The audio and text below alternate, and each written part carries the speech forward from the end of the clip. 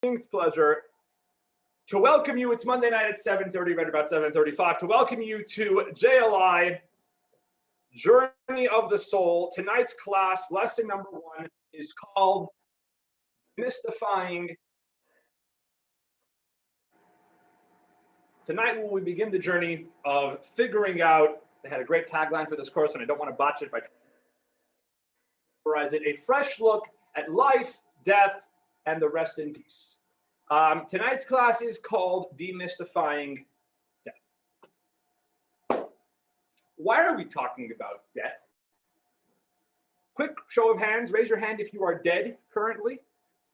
Right? Raise your hand if you have any hope of not making it through the evening. And we're all here. We all plan on being here for a little while. Why is it that we're taking valuable time out of our day to speak about a seemingly useless topic like death?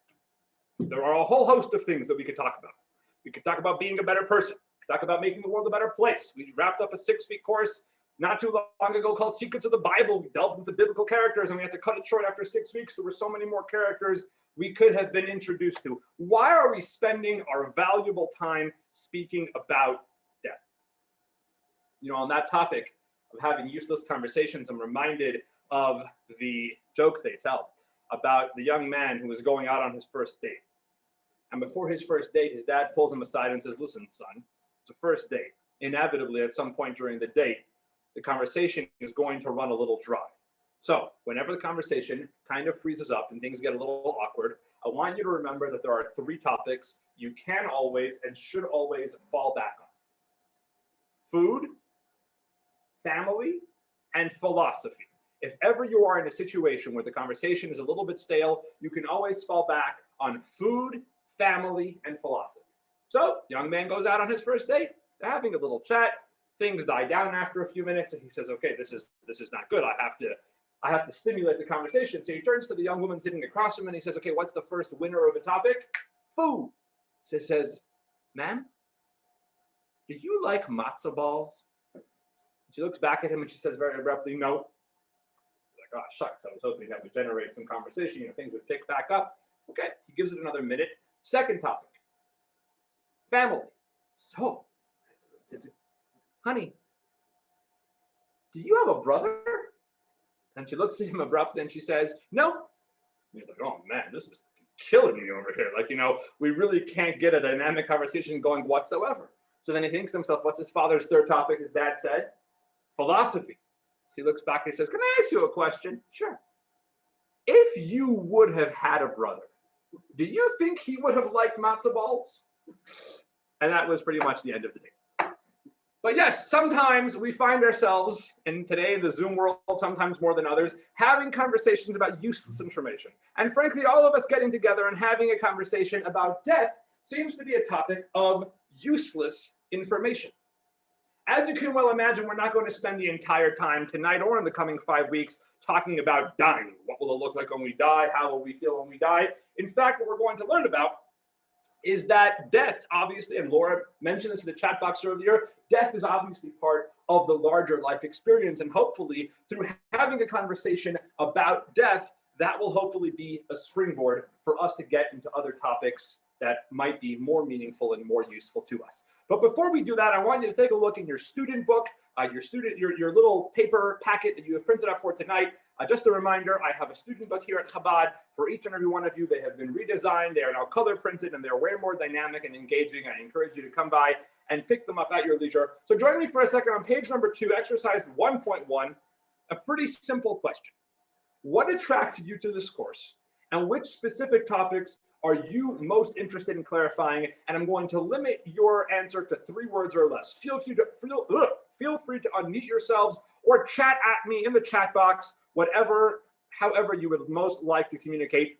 Frankly, why are you here tonight? What is it that you hope to accomplish? Why did you sign up for this course? Anybody? You've all signed up, so you've done that already. Why are you here? What happens to the soul when you go to sleep, says John. John, that's a great question. I will only answer the question if you do not fall asleep during my class. If that happens, then we're in trouble. Esther says, "My dad died from COVID on March 31st, 2020. I remember that, Esther. It's unbelievable to think we're coming up on a first yard site. And yes, that's the reason. We're going to talk a little bit about how COVID is making this conversation more pertinent. Laura says Judaism and cremation. Myra, Joshua, and Kathy all said unanimously because we're still alive. For the folks that I have an in-person class, at least for tonight, Steve, why are you here? I really like the GL. Okay, so if we were going to talk about Chinese pottery, you'd be here too. Good. Carlos, why are you here? I know the same reason too. Okay, you like the class. Okay. Yes, all those of you who are on Zoom, you're welcome to say, because Rabbi of Remy, we heard you're teaching the class. We love spending time with you even on Zoom. So there we go, John. Thank you. All right.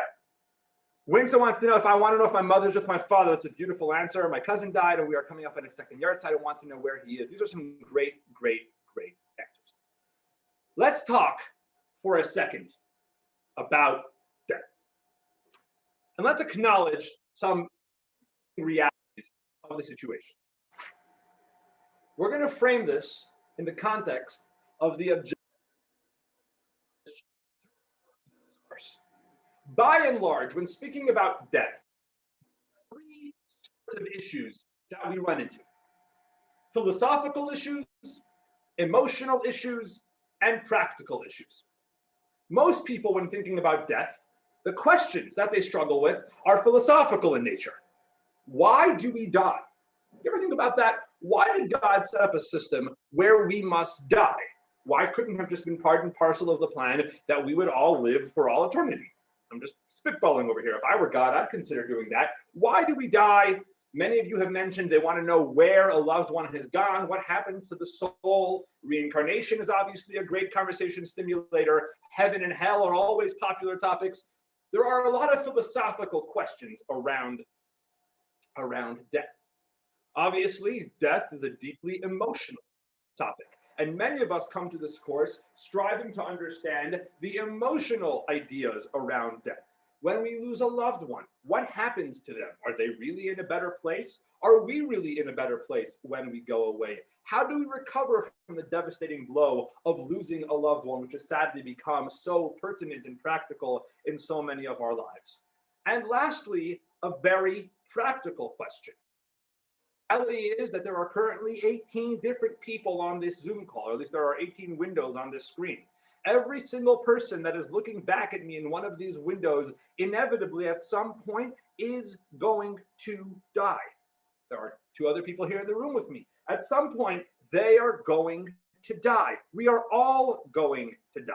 How does Judaism instruct that I set myself up best for death? And I know it sounds like a very logistical question. It sounds like we're planning a trip, to St. George for the summer, but death is something which needs to be approached practically. How do I set up for myself? What do I need to worry about putting in place so that when I die, my death will be a meaningful one, my death will be one in accordance with Jewish values, and so on and so forth.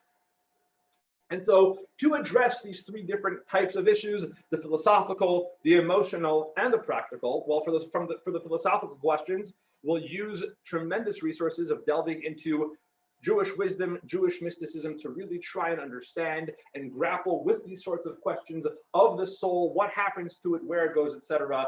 We will try and speak to the heart by exploring really the emotional element of death and what happens to the ones we leave behind. And really, what we'll try to do throughout, as we know with every JLI course, we will really try and focus on the practical by outlining the steps to be taken in preparation for death, both for ourselves and for our loved ones. With that in mind, let's jump straight into it. So we have 6 courses in JLI's Journey of the Soul. To be frank with you, we're going to be speaking about a lot about the soul and where it goes and what happens to it and so on and so forth. But tonight, most importantly, we'll be speaking about the philosophical concept of death. Now, disclaimer, we'll be speaking more about some practical elements of death next week in lesson 2. Tonight, we are really going to grapple with the reality of how do we view the concept of death? How do we view our own mortality? With that in mind, let's jump to question number 2 on page number 2.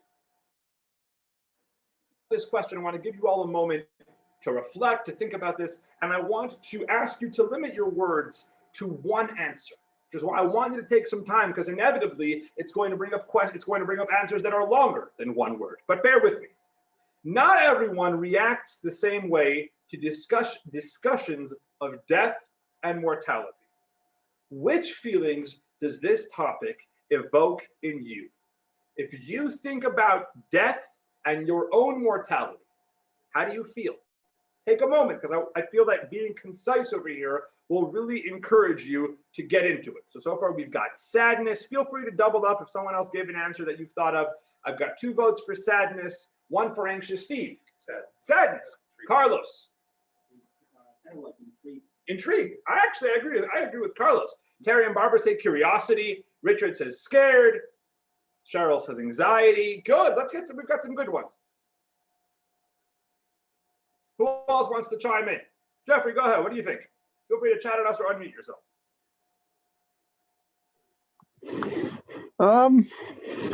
I would say anxiety about the unknown. Anxiety seems to be a popular one today. Jay's thinking about the afterlife. Good. Who hasn't chimed in yet? Laura, what do you think? Laura, you're muted. I'm unmuting. We're in the midst of selling a house that's not here, so I got called away for a quarter of a second to bring Larry up to date. I'm sorry, I missed the No, one word that strikes you when you think about death and mortality. afterlife. Afterlife. Okay, we got a few votes for afterlife. Good. I mean, the reality is, this is not rocket science in a certain sense. We all have these feelings of wondering about where we go and what will happen to us and our loved ones. And I think that we've really talked about the answers that range across the spectrum of experiences, from sadness to anxiety, the afterlife. Carlos and I agreed about feeling a little curious about, what's it going to be like? No one's really come back from there and given a 5-star review, and told us what the accommodations are like or if there's good food. But, we're all kind of curious to find out what happens to us when we cross over to the other side. Why is it that? Why is it that death and mortality evoke such powerful feelings inside each and every one of us? What is it about death and mortality?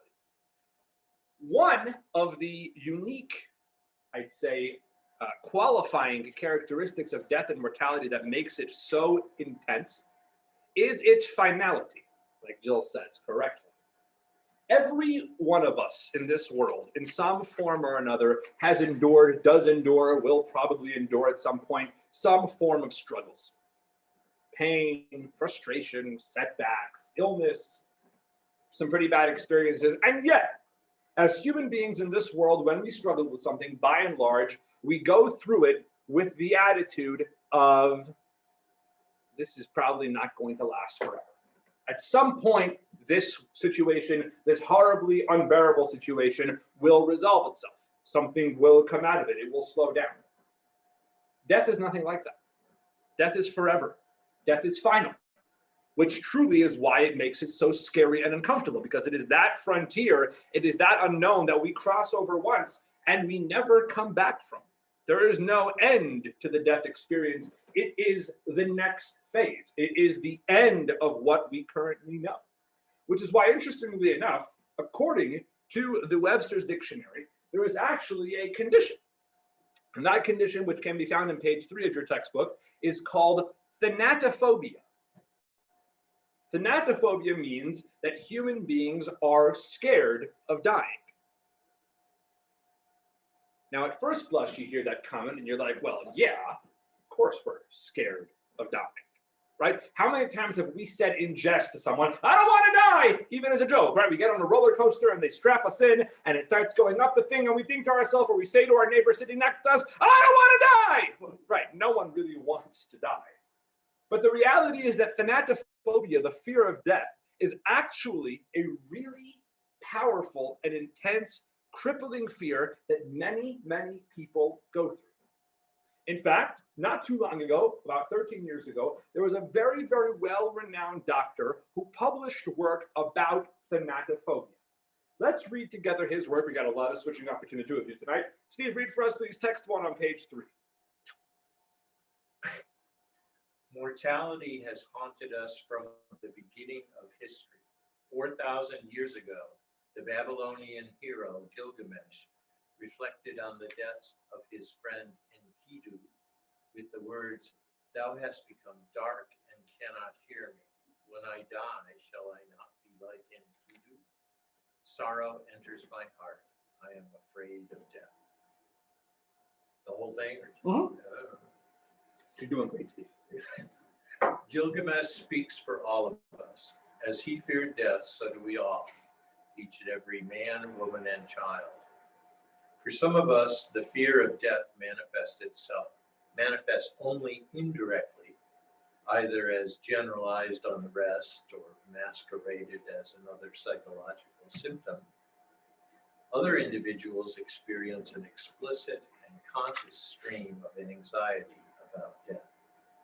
And for some of us, the fear of death erupts into terror that negates all happiness and fulfillment. So, interestingly enough, a few decades ago, in the early 1960s, a group of social psychologists advanced a theory known as TMT. Not the TV channel and not the bomb, but TMT, M as in Mary, which stands for the Terror Management Theory.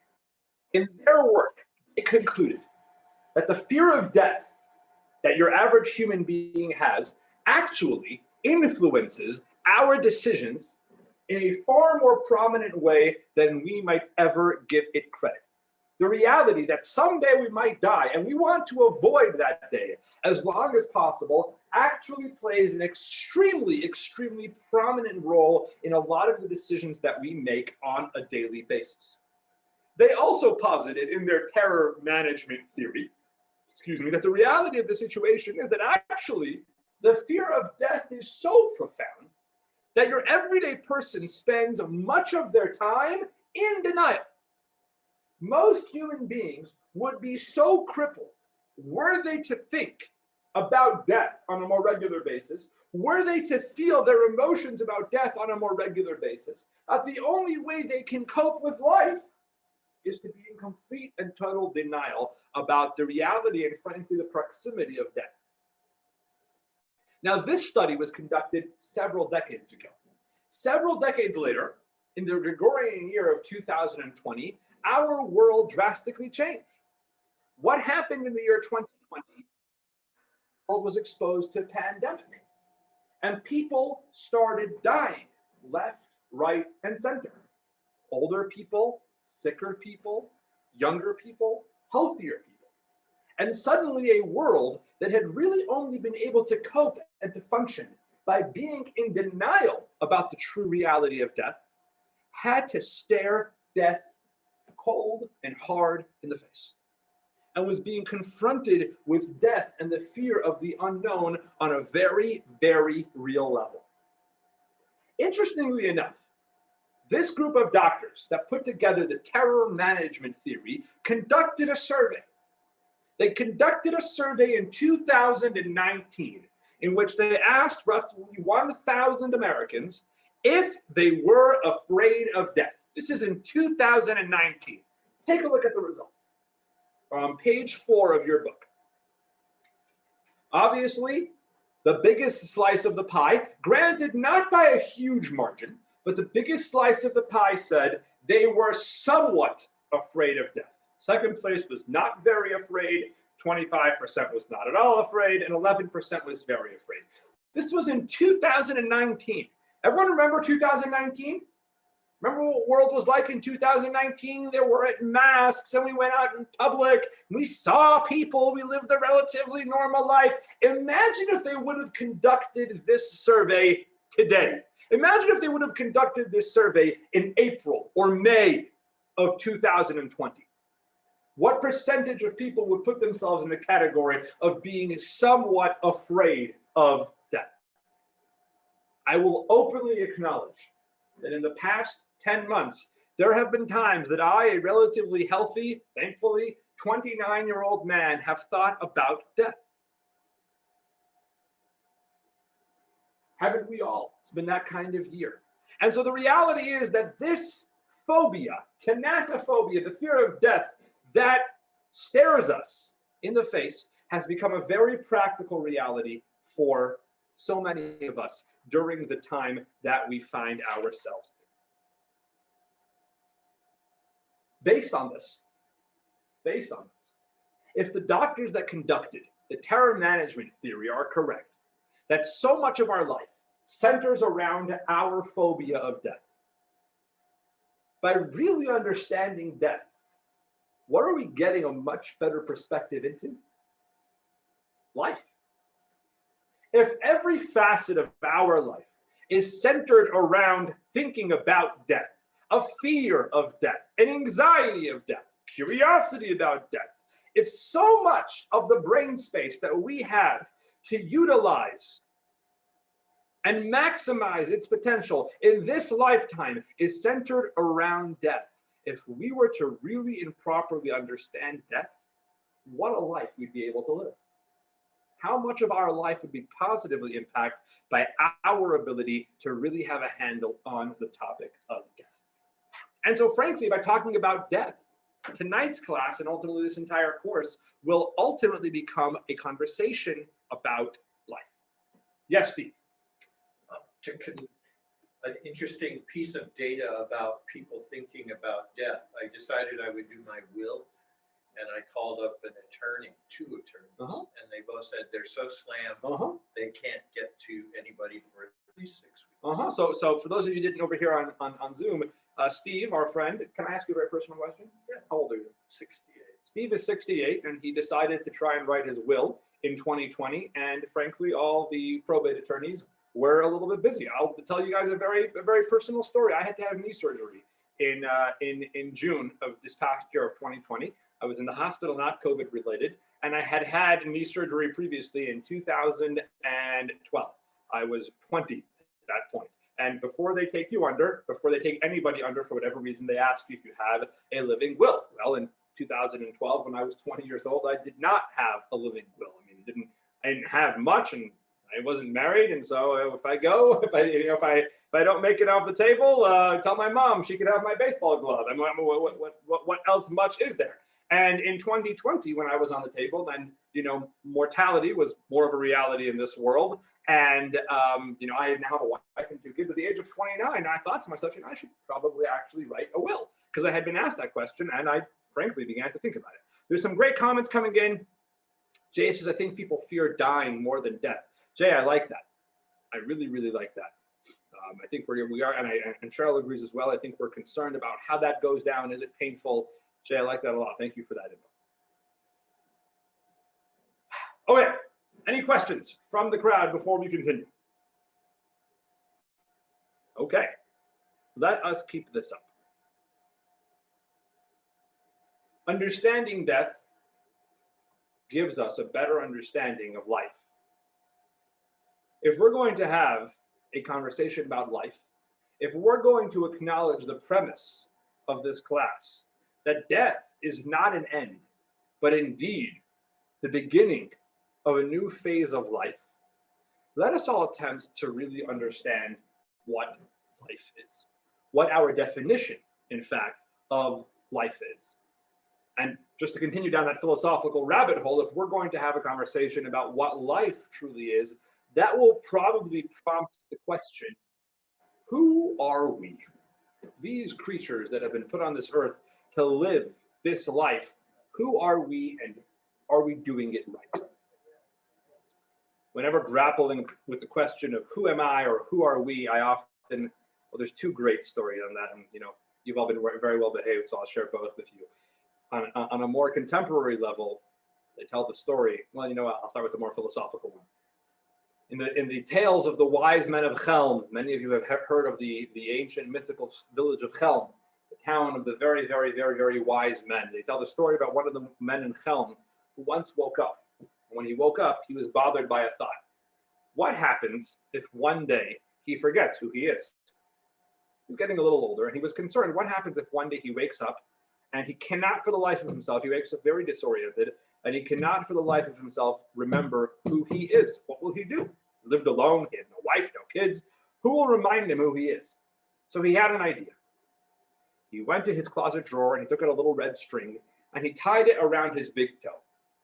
And he figured to himself that so long as the string is on his big toe, he will know who he is. He'll be able to identify himself. So if he's laying in bed and he has no idea who he is, he'll look down at his foot, he'll see the red string on his big toe, and he'll remember who he is. Great.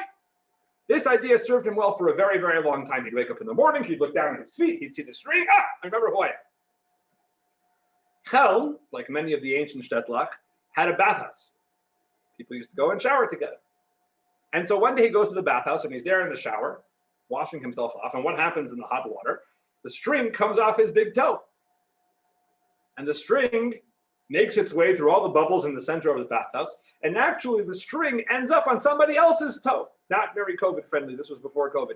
And the string ends up on somebody else's foot. And our friend looks down at his foot and he sees no more string. And he starts panicking. Oh no, how will I know who I am? And he's looking around the bathhouse and he's scanning all the other feet and he sees that his string has ended up on somebody else's foot. So he goes over to the person and says, "Excuse me, sir, I have a problem. I see there's a string on your toe. I know who you are. Perhaps do you know who I am?"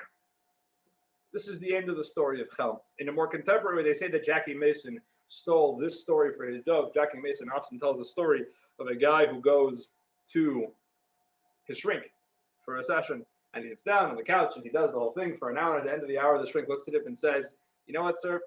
This has been a good conversation for the past hour. I've come to the conclusion that you have an identity problem. You have no idea who you are. You have an identity problem. We can work on this. We can figure this out. In the meantime, you owe me $150 for the hour session." So the patient looks up at the shrink and he says, "Hang on a second. I have an identity problem and I owe you $150. Maybe, if I'm so confused about my identity, maybe I'm you and you're me and you owe me $150. I'm sitting here in your office and that's when I owe you $150 for you to tell me I don't know who I am. I'll tell you what, I'm you, I'm the psychiatrist, you have an identity problem and you owe me $150. This is the old Jackie Mason story. Let's get into this for a second on a more serious note. Who am I? This is a question which some of us think about quite often. Some of us don't think about it at all. Some of us think about it a little bit more often. It's an intensely philosophical question. It's one that none of us really have a good answer to. The reality is, and I think we've all experienced this past year, this is a question that comes to the fore of our consciousness whenever tragedy happens. We may not think about this regularly. This may not be something which we spend our time philosophizing about, but when tragedy strikes and when death happens and when sadness occurs, this is something which shakes us up to our core and brings back front and center to our reality. The question of who are we? Who are we? What makes us we? What defines our life and our mission? Obviously, as one would expect, the great mystics have much to say on the topic. Let's turn for a second to text number 2 on page 5, taken from one of the ancient mystics, Reb Chaim Vital, in one of the versions of the Zohar, and he has thoughts about who we are. Carlos, text number 2. The wise are aware that the human body is not a human being. When we speak of the human being, we are referring to the human's inner dimension. The body is merely a garment in which the soul is attired during its sojourn in this world. Let's really focus on that for a sentence. The wise are aware that the human body is not the human being. There's the human being, that is not the body. What rather is the body? If it's not us, what role is it serving? The body is a garment in which the soul is attired. So for starters, here's the first piece of information that we're going to start with. Who am I? I am not my body, not the entirety of my body, not part of my body, not most of my body. I am my soul. My soul is who I am. For a little bit more depth on the topic, I hope you'll enjoy this first meditation video.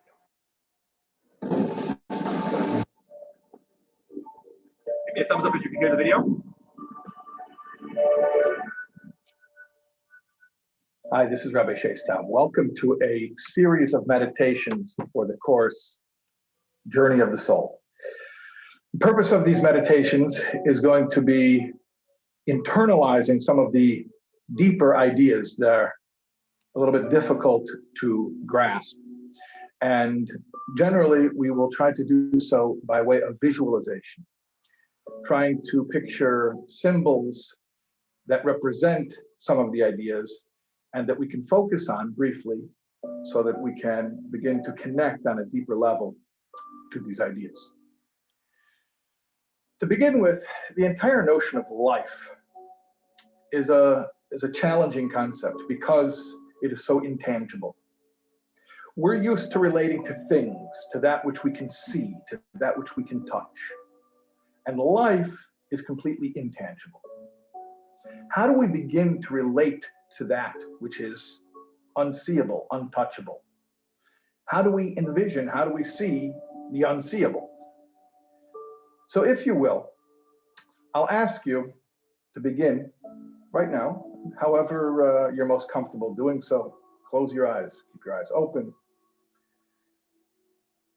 Envision a musical instrument, a physical object, let's say a piano made of wood and wires, something you can look at with your physical eyes, you can touch it with your physical hands. It's a physical object.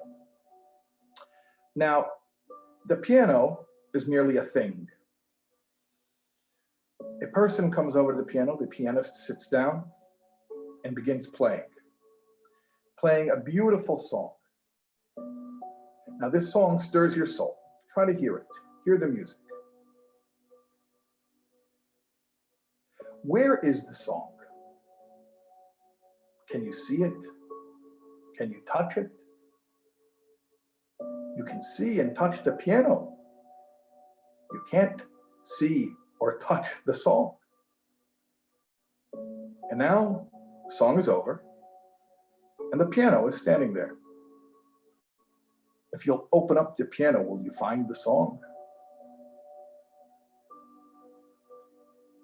Think now how everything in the world is matter and energy. The matter is the physical object that we see, the piano. The energy is the intangible, the song. We'll take a half a minute now to try to think of ourselves in these terms. Think of your body as the instrument, the physical object that can be seen, that can be touched. And think of the life you live as the song that is being played through the instrument. Take half a minute right now to see and hear the piano and the song, the body and the soul.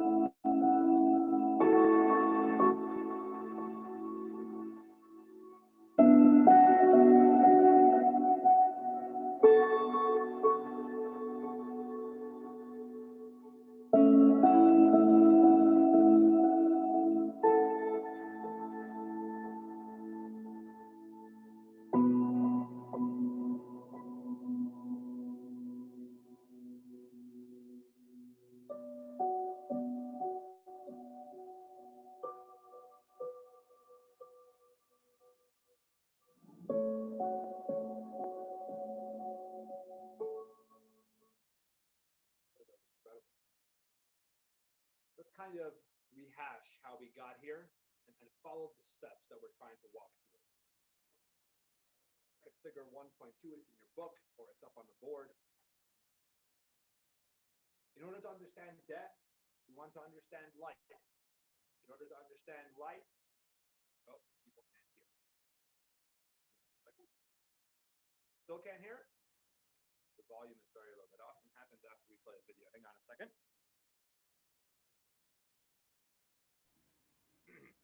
Is that any better? No, not really. Hang on a sec. Rabbi, turn your sound up, please. Hang on here.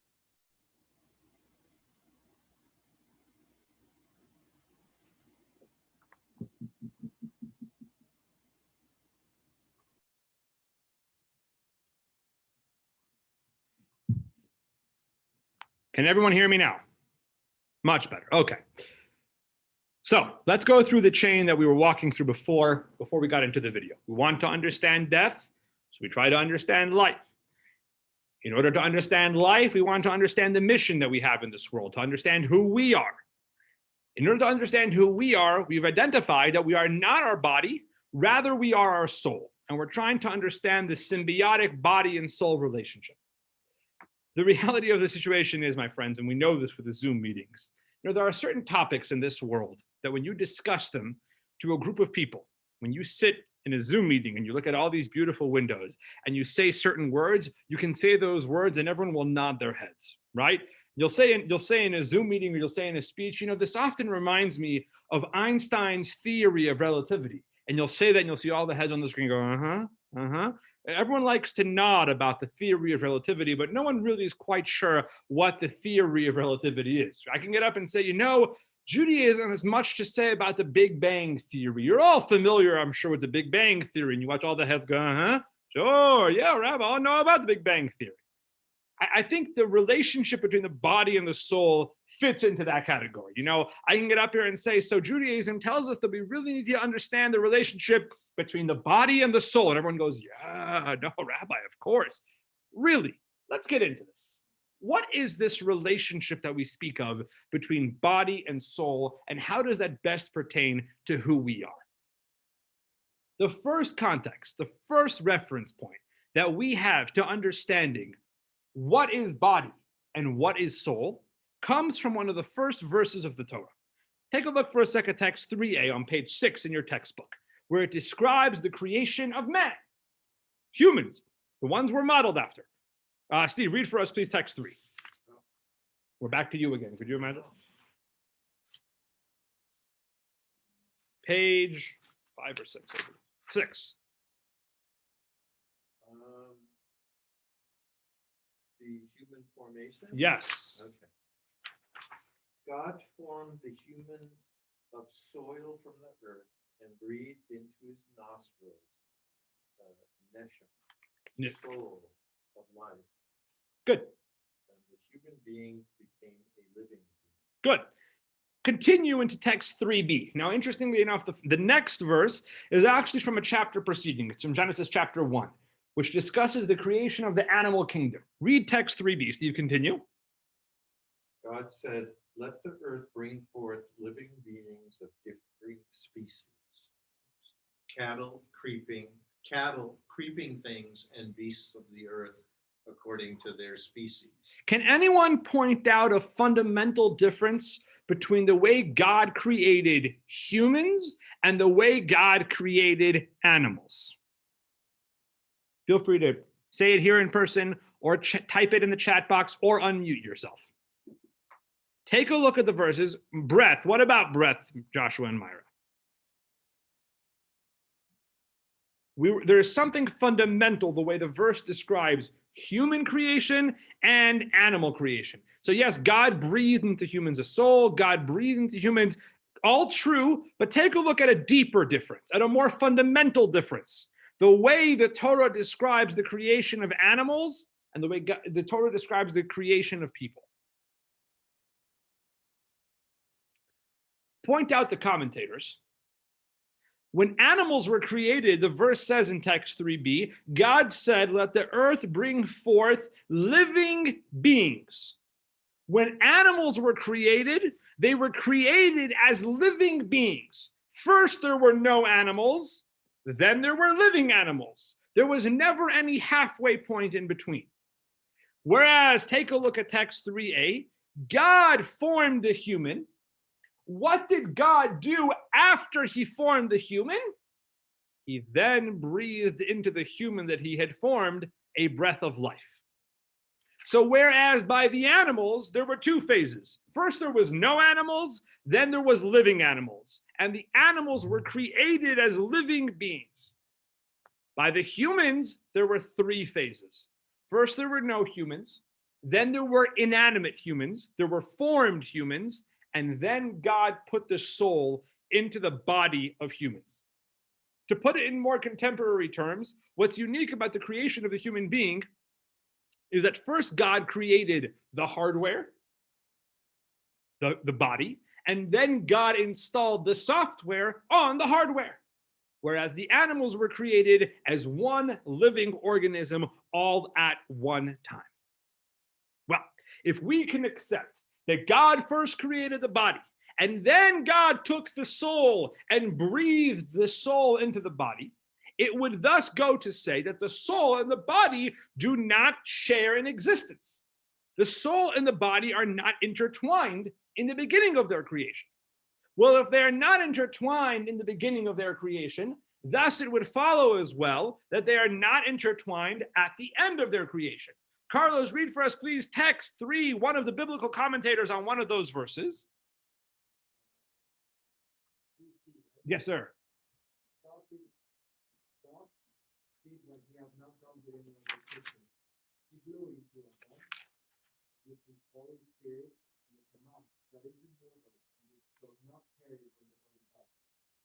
Explains the Chizkuni, one of the biblical commentators, because of this fundamental difference between the human and the animal, where the soul is inserted into the body after the body's creation, says the Chizkuni, the soul does not perish when the body dies.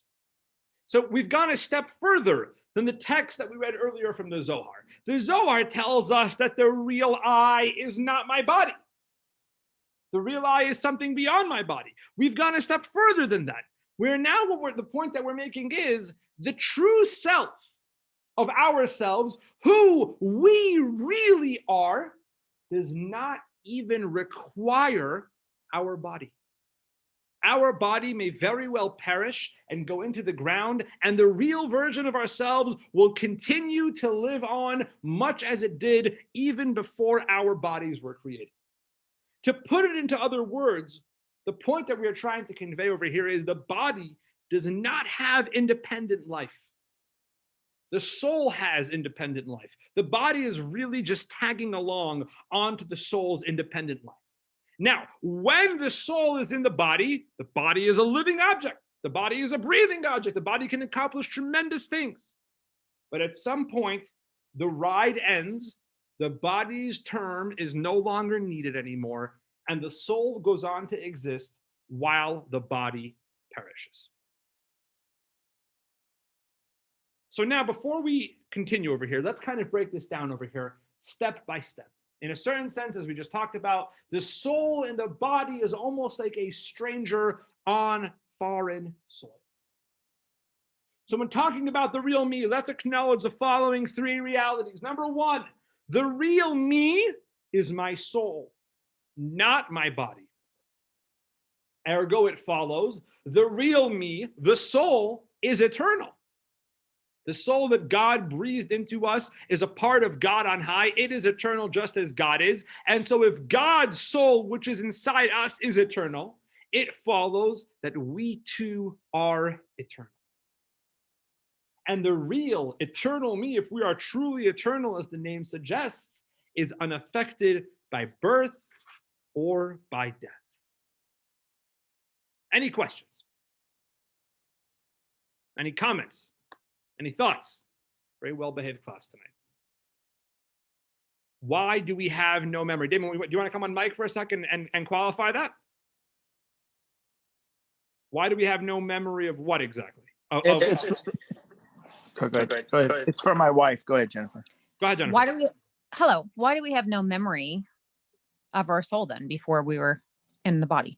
Okay, so hold that question until the end of class. We're going to discuss one element of the answer. And once we've got to that, I will share with you the second element of the answer. Okay, but hold on to that question. All right? Yes. Thank you. Anybody else? Got to know someone asked the question. I'm always scared when I ask this, everyone just goes over everyone's head. Good. Someone's listening. All right. Fine. So, soul, body, right? Not the same thing. Comes along Jewish philosophy and says not only are they not the same thing, but actually, if you get into it, they don't really care for each other. Let's read, for example, for just for a moment, texts 4 and 5 together. Text 4 is taken from the Medrash, and text 5 is from Pirkei Avot, the Ethics of Our Fathers. The Medrash in text 4 on page number 8 tells us a fascinating story. 40 days before the conception of a child, God summons the angel in charge of souls and tells him, bring before me a certain soul that is now in paradise. Its name is such and such, and its appearance is such and such. This is possible because all the souls that are born in this world were created on the day the world was created and exist until the end of time. Remember, the soul is eternal. The angel goes and brings the soul before God. The soul bows and prostrates itself before the Supreme King of Kings. God instructs the soul, please enter the seminal drop that is currently in the hands of the angel in charge of pregnancy. God says to the soul, my friend, you're going on a trip. You currently live up here in paradise in the trove of souls. Sayonara, you're taking a journey. The soul protests, Master of the universe, I am quite satisfied with the world I inhabited since the day you created me. I am holy and pure, hewn from your throne of glory. Why do you wish to cause me to enter this putrid drop? In plain and simple English, the soul has no interest in coming down into this world. Text 5, taken from the Ethics of Our Fathers. The world is like a corridor before the world to come. Prepare yourself in the corridor so that you may enter the palace. A single moment of bliss in the world to come is greater than all of this world. Think about our poor neshama. Think about our poor soul, which has no interest in coming down here. It has no interest of going into a body. And you know what it thinks about every moment that it lives in the body? Can I go home now? This is boring. I have no interest in being here. Frankly, it says in the Ethics of Our Fathers that a moment of bliss in the world to come is worth more than all the pleasures in this world. Can I please leave already? I don't want to be here. So let's take this a step further now. Let's take a look at figure 1.4. On page 10 in your book, we're kind of going through in phases as we really understand the soul's identity. So step 1 was the real me is my soul, not my body. Step 2 is the real me, the soul is eternal, so I am eternal. And more importantly, the real eternal me is relatively unaffected by birth or death. And frankly, I would add that the real me is not bothered by birth or death. The real me is having a great time hanging out up there, and this whole physical bodily experience really makes no difference to the real me whatsoever. Jay has a question. Let's read the question together. Please explain how the angel of souls describes the appearance of the soul. Jay, I've been trying all day to get through to the angel of souls to ask him for an explanation, and he is not returning my call. Unfortunately, I do not have a great description of the appearances of souls, what they look like when they're on high, and what that whole department looks like. But I promise you that if I get any inkling as to what it looks like, I will certainly let you know. Yeah, we also, one of the fundamental ideas of Jewish thought is that when we describe, on a very basic level, when we use verses to describe the hand of God, the mouth of God, appearance of souls, it's taking very, very corporeal terms to give us a concept of how to understand spiritual realities. I don't believe souls actually have an appearance. Some are short, some are tall, some are fat, some are skinny. I believe it's more on a spiritual level. So we've gotten to know our soul. We've gotten to know our soul, and frankly, I don't know about you, but I feel terrible for the guy. Jill, how does reincarnation work? Hold off on reincarnation. There will be an entire class dedicated to reincarnation. I know it's a reason many of you are here. Let's hold off on reincarnation just for a moment. Frankly, I don't know about you, but I'm feeling a little bit of Rahmanis. I'm feeling a little bit of empathy for my soul. My poor soul got stuck in some putrid drop and is just waiting for me to go already and waiting for me to kick the bucket so we can go back and enjoy the bliss of the world to come. I feel a little bad for the guy. Along comes Jewish thought and says, actually, absolutely no. Absolutely no. As a philosophy, as a teaching, Judaism believes that the time that the body spends here, that the soul spends here in our body is actually the most important time that will ever exist in the eternity that the soul is around. To contrast that, and I want to really make my point over here, to contrast that, we have cousins who have a different faith, our Muslim cousins. It's interesting to note that throughout Jewish history, there's actually a very powerful quote, which we're not going to read together tonight, but it's in the appendix of tonight's lesson. It's on page 23 in your textbook. You can take a look a little bit later. From the Radvaz. The Radvaz was a Talmudic commentator who lived in 16th century Morocco and Egypt. And he writes at length in the Laws of Mourning that he observed his countrymen non-Jewish Moroccans and Egyptians who would go to such an extent to avoid feeling sadness from death. When someone they love would pass, they wouldn't mourn them, because to them, the journey of the soul is so fundamental, and what the body experiences is so unimportant, that for them, the idea of being sad, that the soul has left the body, is antithetical. And it's actually, if you think about it, it's quite sad to realize how certain faith systems view the value of life and how they glorify death, what all of that is based on. In fact, Judaism as a philosophy could not place more of an emphasis on life, on a physical life in this world. And we're going to see an example, not from Jewish mysticism, not from Jewish philosophy, but from cold, hard Jewish law. Steve, text 6, from Maimonides. Laws. Let's see. Busy list.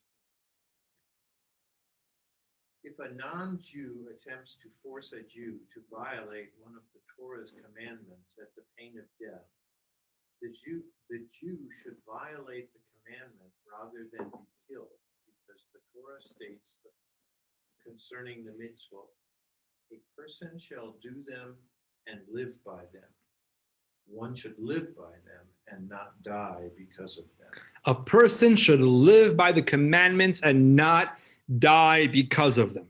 As a faith, by and large, 95% of the time, we are not a group of people that believes in martyrdom. We believe in living long, happy, and healthy lives in this world to fulfill God's commandments. Furthermore, the priority that Jewish law places on life has nothing to do with living an observant lifestyle. As a rabbi, if someone would come to me and say, listen, Rabbi, I have a family member, a loved one, who is in hospice care. They are going to die within the next 5 minutes. Today is Shabbat. We can desecrate the Shabbat.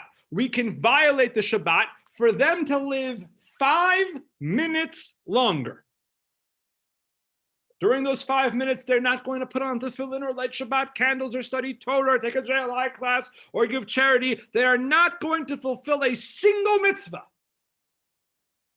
We can give them 5 more minutes in this world, but it would require us to desecrate the Shabbat. The rabbi of the community, the most prominent person in the community, is obligated to desecrate the Shabbat to give that person 5 more minutes of life in this world. Because we, as a tradition, we as a faith, we as a belief system, place the highest possible priority on the time that the soul spends, not in the trove of souls, not in paradise. We place the highest priority here in the time that the soul spends vested in the body. It seems to run kind of contrary to the text that we learned earlier. Well, now we're going to do something unique. We're going to read 2 more texts now. And I'm going to tell you now what I didn't tell you earlier, that the 2 texts that we're going to read now, text 7 and text 8, are immediately attached to text 4 and text 5 that we read earlier. One is the conclusion and one is the beginning. In text 4, we read about this horrible story of the soul that is summoned and sent down to enter a putrid drop down in this world. Well, friends, guess what? The Medrash continues. And the Medrash says as follows: God hurries to reassure the descending soul. The world to which I am bringing you will prove more beneficial than the one you presently inhabit. Indeed, I formed you exclusively for the purpose of creating mortal life from this particular drop of seed. With that, God forcibly installs the soul. What does God say to the soul right before he ships him down? The world that you are about to inhabit is more beneficial than the one you presently are. In text 5, we read a teaching from the Ethics of Our Fathers, which says that one moment in the world to come is more blissful than all of the delicacies one could enjoy in this world. Well, guess what, my friends? There's a line of the Mishnah that precedes that. Take a look at text 8. A single moment of repentance and of good deeds in this world is greater than all of the world to come. A single moment of good deeds in this world is worth more than all of the world to come. But then the Mishnah continues. And the Mishnah says that a moment in the world to come is worth more than all of the life in this world. So which is it? Are we a soul? Are we a soul that wants to be in its soul existence, pun intended? Are we a soul in a body? Where does the soul prefer to be? What is more important? Where do things really, really want to go? I'm actually going to skip ahead for a second.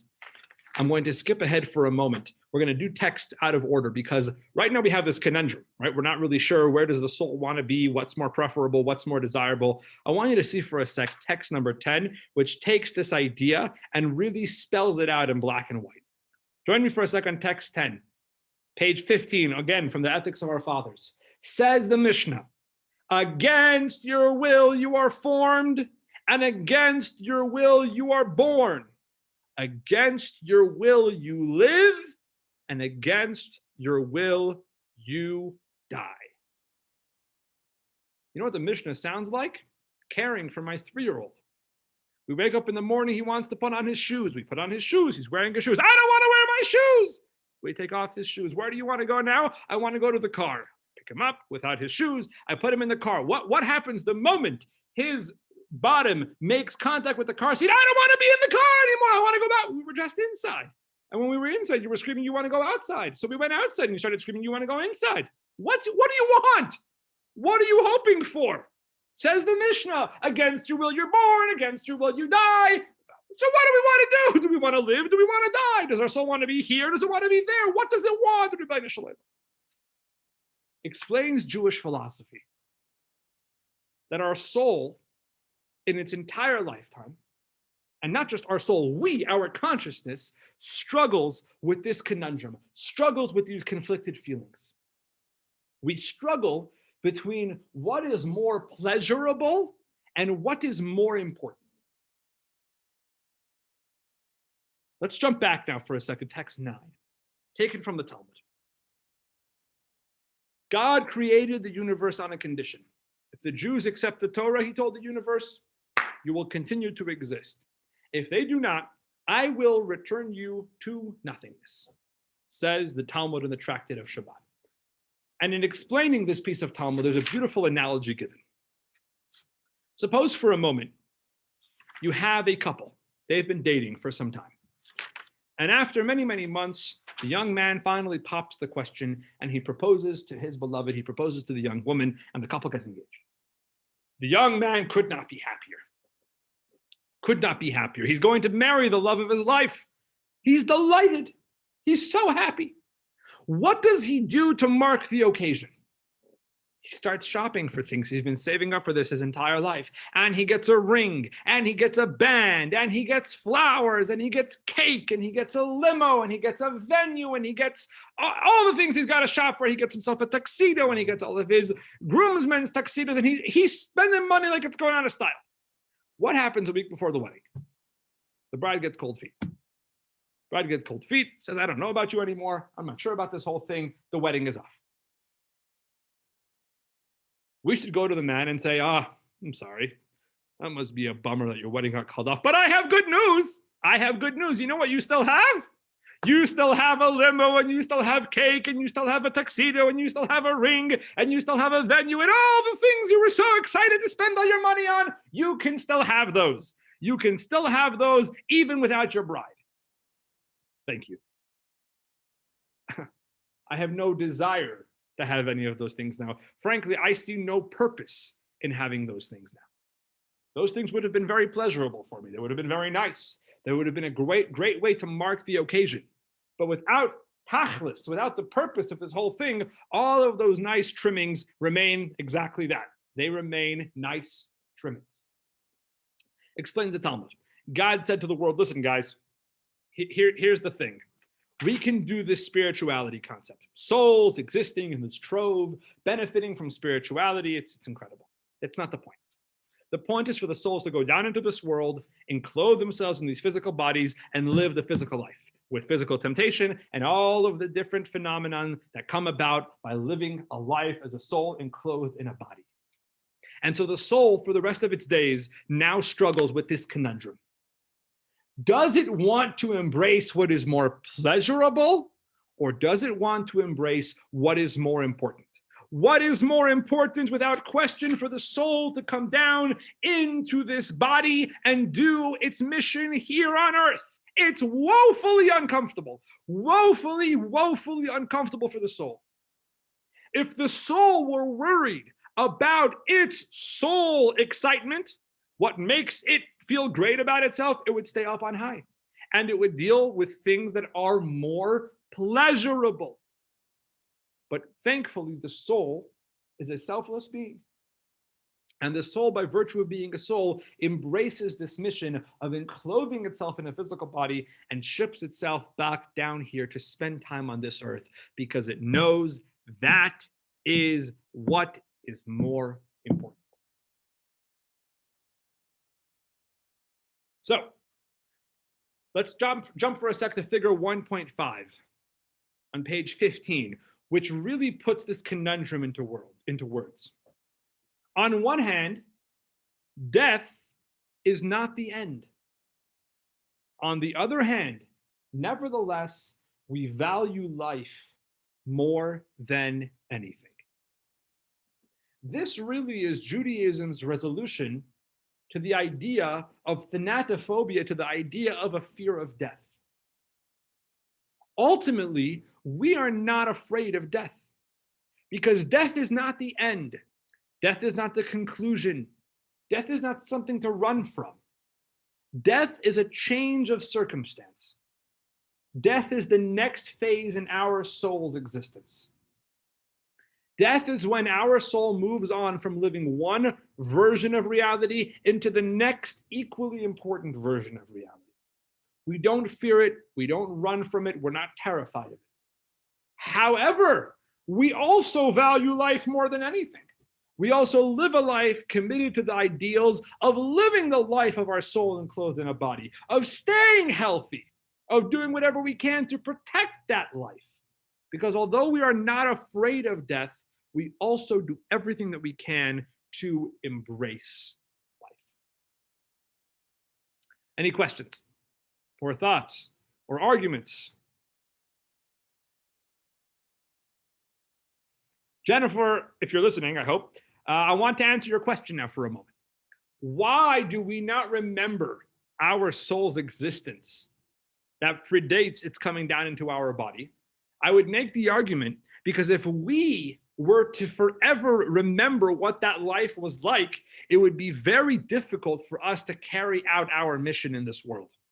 If our soul were to spend its entire day chained to that version of reality, remembering what it was like to be up there on high, it would have a very difficult time staying focused on the mission at hand down in this world.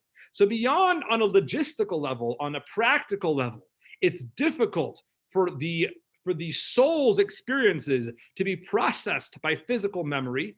God intentionally sets it up in such a way that the soul should not remember its experience on high. Rather, it should focus on the task at hand. And when the time to shift happens, then we shift. I saw a question come in. John wants to know, does the soul battle with the body? Absolutely, John, absolutely. We're going to talk about that in a moment. It's a great question. Okay.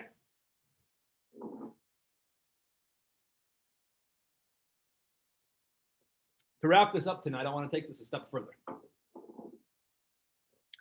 And in order to take this a step further, I want to talk about what we are not talking about. That sounds a little confusing. I want to address what we are not trying to say over here. And I want to share with you a beautiful, beautiful story, one that I heard at a very young age and made a very profound impact on me.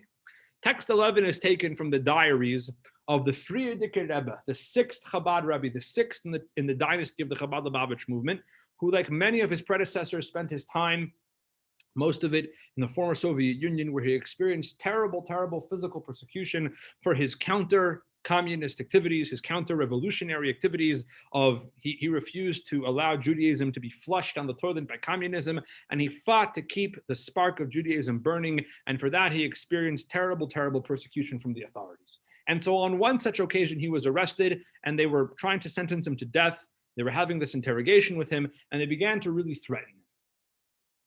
And the story goes as follows. Join me for a second, text 11 on page 16 in your textbook.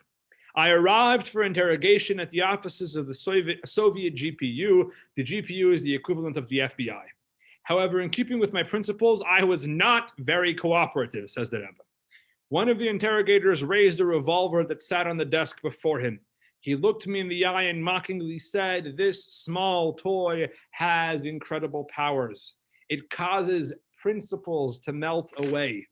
It opens mouths. Under its spell, even mutes have become talkative." I responded, "You are quite mistaken. That toy only has an effect on faint-hearted non-believers, those with one world and multiple gods. We, on the other hand, have one God and two worlds. As such, I don't panic at the sight of your toy. It has no effect on me whatsoever." It's a beautiful story, speaks to real resolute connection to one's Jewish faith. But I want to focus on the idea expressed in this video by the Frierdiker Rebbe. We have one God and two worlds. As such, I don't panic at the sight of your toy. It has no effect on me whatsoever. To really understand the context that is being expressed in this statement, I want to jump for a second. We're going to skip a little bit as we're running short on time. I want you to jump with me to text 13. A quote from the Talmud. Talmud says something which at face value, based on what we've learned tonight, is actually somewhat puzzling. Talmud says the following. Elu tzadikim shebemisason nikru'u chayim. After their demise, tzadikim, righteous people, are referred to as being alive. Hang on. Hold up for a second. Hold up here for a second. Just the righteous are referred to as being alive after their demise? We are all alive after our demise. Haven't we been spending all night talking about this? We have souls. The souls are eternal. The souls aren't bound by the body. The soul lives on forever. We're all alive after our demise. Explain the commentators of the Talmud that there's something very, very profound over here. Obviously, what the Talmud is not referring to is a concept of legacy. The Talmud is not referring to one's legacy. When someone passes away, we say, you know, grandma's still alive in our hearts. Obviously, there's something far more profound over here. Explains Jewish mysticism. Each one of us, and this goes to John's question, if the soul and the body struggle. Each one of us has, throughout our soul's experience, has life aspects to our life and death aspects to our life. Life aspects to our life are the spiritual identities of our life. The death aspects of our life are the physical pursuits of our life. The soul and the body, in their symbiotic relationship that exists in this world, in the here and now, in the present reality that we know, in this world, have life things that they pursue and have death things that they pursue. What are some of the life aspects that the soul pursues? Its own good deeds, the good things that it does in this world, the good things that it accomplishes in this world, the positivity, the spirituality that it brings into this world. What are the death aspects that the soul has, that the body and soul combination have in this world? Are the physical pursuits. The money and the greed and the selfishness and the cars and the homes and everything else that the body pursues for no other reason but to attain bodily pleasure. Those are the death aspects of one's life. Someone who is righteous. What is the definition of righteous in this conversation? Someone who has dedicated their life to strictly life aspects, to their spiritual identity in this world. They truly never have a demise. not in this world and not in the next world. Someone who has spent the bulk of their life pursuing physical aspects, their soul also lives on when they leave their body. But even whilst the soul is in the body, the life that the soul has lived whilst it's in the body, and ultimately, to a certain degree, the life that the soul continues to live when it's outside the body, is a death aspect life. It has no continuity, it has no purpose, it has no eternity. And so when we speak about the righteous, who in their demise are called alive, we are referring to them being equally alive, both in this world and in the next. And sadly, there are some people who, whilst they walk the earth, are also in a state of demise because they have trapped their soul to such a point that all they experience in this world are the bodily realities. All they experience in this world are the physical pursuits. There's another beautiful story that incorporates the life of a righteous person, which expresses this idea profoundly.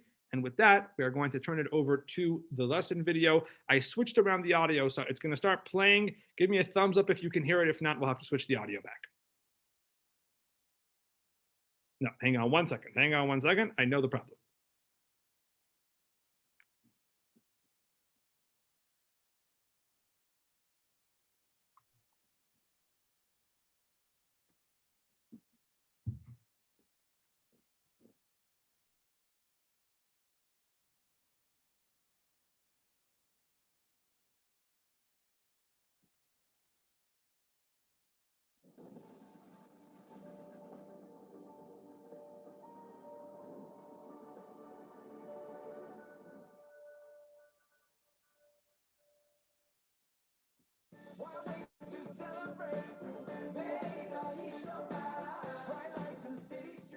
Eighth Day is a popular Hasidic rock band. One of their hits was inspired by a powerful episode in the life of the second leader of the Hasidic movement, Rabbi Dovber of Mezerich. A student goes to visit a sage, and the sage has nothing in his house. And he says, "Where's your couches? Where's your chandelier?" And he says back to the student, "Where's all your stuff? You just have a suitcase." And the student responds, "But I'm just passing through." And that's when the sage says, "Aha, I'm just like you. I'm also just passing through." To his student's assertion, Rabbi Dovber responded with a transformative insight. And that's when he said, "I'm just like you. I'm just passing through, just like you. My heart wants to feel something that's real, and my mind hopes to find treasures of another kind. And if you had my eyes, you'd see a palace for you and me." This world is temporary, where people spend most of their life collecting stuff. And the sage tells them, "I'm actually just like you. I also collect stuff. It's just not that type of stuff, not leather couches and chandeliers. I collect treasures of another kind." You know, he stays focused on that higher goal.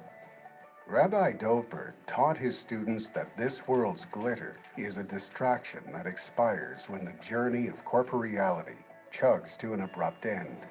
Better to invest in treasures of a kind that will benefit the soul in its eternal destination.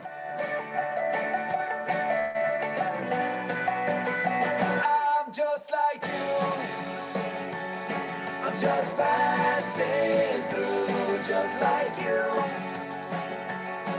My heart wants to feel something that's real, and my mind hopes to find treasures of another kind. And if you had my eyes, you'd see a palace for you and me. And my heart wants to feel something that's real, and my mind hopes to find treasures of another kind. And if you had my eyes, you'd see a palace for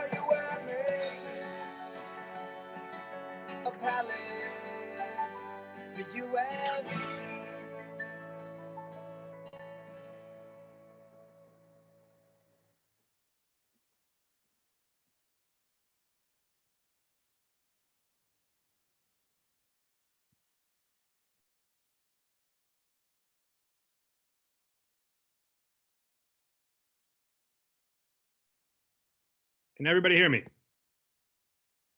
Well, I have to say, we'll announce it in the future. One of the perks of taking class in person is I actually danced during part of the song. Only the people who were here in person got to see it. Those of you who didn't get to see it, Steve's laughing. For those of you who didn't get to see it, it's something worth seeing next time. Okay. What is the point that Reb Dov Ber of Mezrich conveyed to this young man? We're the same. You and I, we're identical. You have a life, and I have a life. And we are both doing everything we can to remain committed to fulfilling that life, to doing things in pursuit of success of that life. And things that we don't view as important to that life, we view them as temporary. We have a suitcase. So for you, this trip is temporary. No big deal. You have a suitcase. You brought along some underwear and maybe your toiletries for the road. It's temporary. Your life, you have bigger things to consider. You have chandeliers and leather couches. You have big pursuits. Me too. I also have a life. I also have things that I'm pursuing. You know what I'm pursuing? Eternity. I'm pursuing eternal life.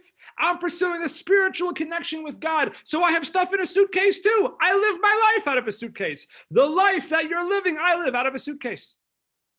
And the life that I'm living, you live out of a suitcase. We are one and the same. One of us is pursuing the death aspects of life, and one of us is pursuing the eternal aspects of life. With this in mind, there's a remarkable anecdote about a very puzzling verse from the Torah, which this idea will shed a light on, and with this we'll conclude. Jump for a sec to text 15, page 20 in your textbook, quoting a verse from the book of Deuteronomy. The verse says the following: Re'ei nosati lefanecha es hachayim v'es hatoid. Behold, I have set before you today life and goodness and death and evil. Says God, choose life. Really? I mean, wow. Almighty God, that is profound. Profound, Almighty God. God says, I'm giving you a choice. I'm giving you a choice between life and death. Let me whisper in your ear the answer to the question. Choose life. Duh. Yeah, I'm going to choose death. Explains Jewish mysticism. The term life in this verse does not refer to corporeal life, nor does death refer to the result of the soul's departure, for which simpleton needs to be instructed to choose to live. Rather, each creation, while alive and fully existence, contains both life and death. The physicality of the object is intrinsically lifeless. It is in a constant state of decline and deterioration. We observe this decline in every physical object, as well as in ourselves. Our physical capabilities and powers weaken with time. By contrast, the spiritual and divine within each thing is alive, eternal, and not subject to destruction or deterioration, God forbid. Explains Jewish mysticism. God is not speaking to the person who is standing on the edge of the Brooklyn Bridge and saying to him, choose life, don't jump. That we don't need God. God is speaking to the person who finds himself at the crossroads between making a choice for what is life and death in this world right here, right now. A bodily choice or a spiritual choice. And God says, think about the part of you that will live on forever and tap into that right now.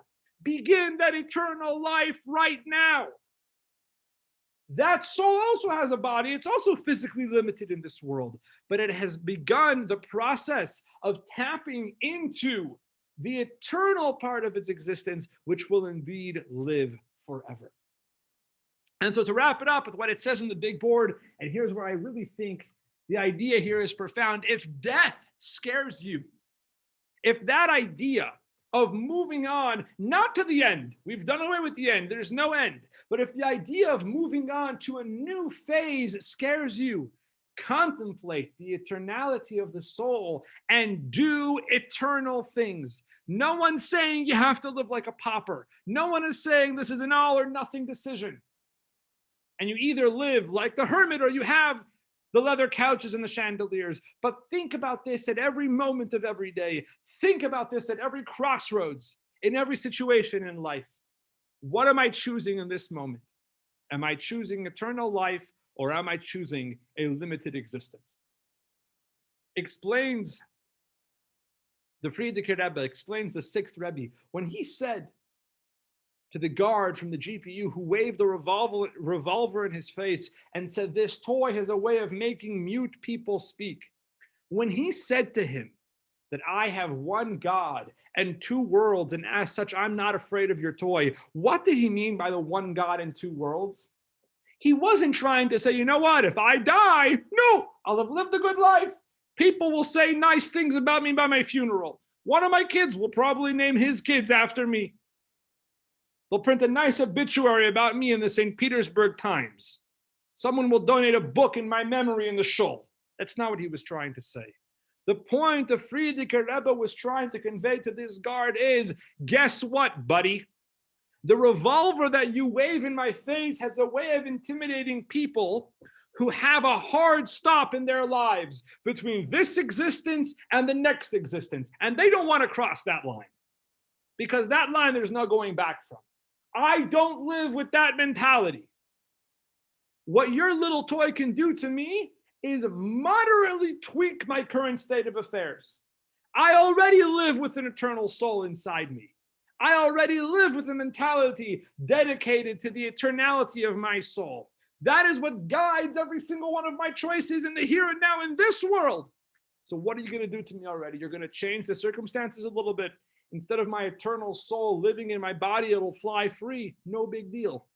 Really, no big deal. I'm in touch with that soul on a regular basis. And for that soul to live eternally, it has begun that existence right here and right now. So for you to send that soul on a little trip doesn't concern me. And indeed, it was that mindset that saved the Rebbe from that situation and allowed him indeed to escape relatively unharmed, to leave behind the former Soviet Union, and to ultimately make his way here to the United States, where he would continue to share that idea with all of his students and disciples and everyone that he came in contact with. Let's wrap this up. Before we do the takeaway points, let's hop to page 21 for a second, exercise 1.2. This is going to be homework for you. You're welcome to do it now and share it with the class. You're welcome to email me later on in the week, or you're welcome to just avoid it altogether. Number one, record one point from today's lesson that resonates with you most personally.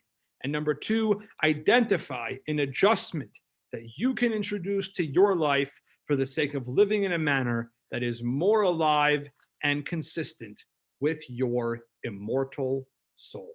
Instead of waiting for your soul to be eternal after it's finished its little dance in this world, give it that opportunity in the here and now. Before we show the final lesson video, are there any questions? Okay, bear with me just for a moment.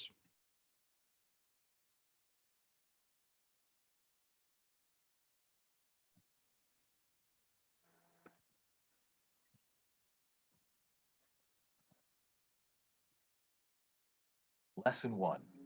Demystifying Death. 1. The awareness of our mortality and the resulting natural fear of death influence many elements of our psyche, behavior, and life choices. Our perspective on death influences multiple areas of our lives. 2. The neshama, human soul, the true essence of the human being, is eternal. It precedes the body and continues to exist after the body is gone. While still in heaven, it does not desire to descend into a body. And when the time of death arrives, it resumes its native spiritual state. 3. The fact that the briefest spiritual experience of the next world is more pleasurable than all of this world does not diminish the reality that even a brief stay in this world is more important than all of the next. Therefore, Jewish law gives precedence to preserving life over nearly every mitzvah. 4. This perspective allows us to appreciate and value life without fear of death. 5. While our corporeal needs and endeavors die with the body, our soul-focused aspirations and actions live on eternally. Thus, when we live and identify with eternal values, our current life continues even after the body's demise.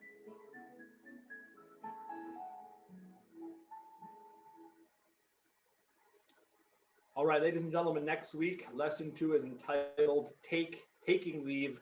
Next week, we will shift a little bit from the more philosophical and spiritual points that we discussed tonight into talking a little bit about what actually happens in the process from the soul's perspective, from the loved one's perspective. We'll discuss the moment of passing, burial preparations, the burial itself, and the grave visitation, and on a more philosophical note.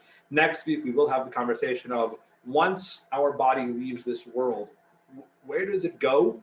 And more importantly, who does it hang out with? Who does it see up there? Who does it spend its time connecting to? All of that will take place next Monday, February 8th at 7:30 p.m. Tomorrow or Wednesday, you'll receive in your inbox a recap of tonight's lesson with a lesson video, a video presentation of everything we talked about tonight and some other interesting salient points that you might be interested in. For those of you that were taking class tonight just as a trial, which is what we offer for the first lesson, please let me know if you'd like to sign up for the entirety of the course. And next week, again, you'll receive the email on Sunday or on Monday with the information for next week's class, and there will be a box in there that has the Zoom link for next week's class, which will be the same link as tonight's. If you have any questions or any follow-up thoughts, please feel free to text me, email me, reach out to me personally. Thank you all for joining us, and I look forward to seeing you next Monday.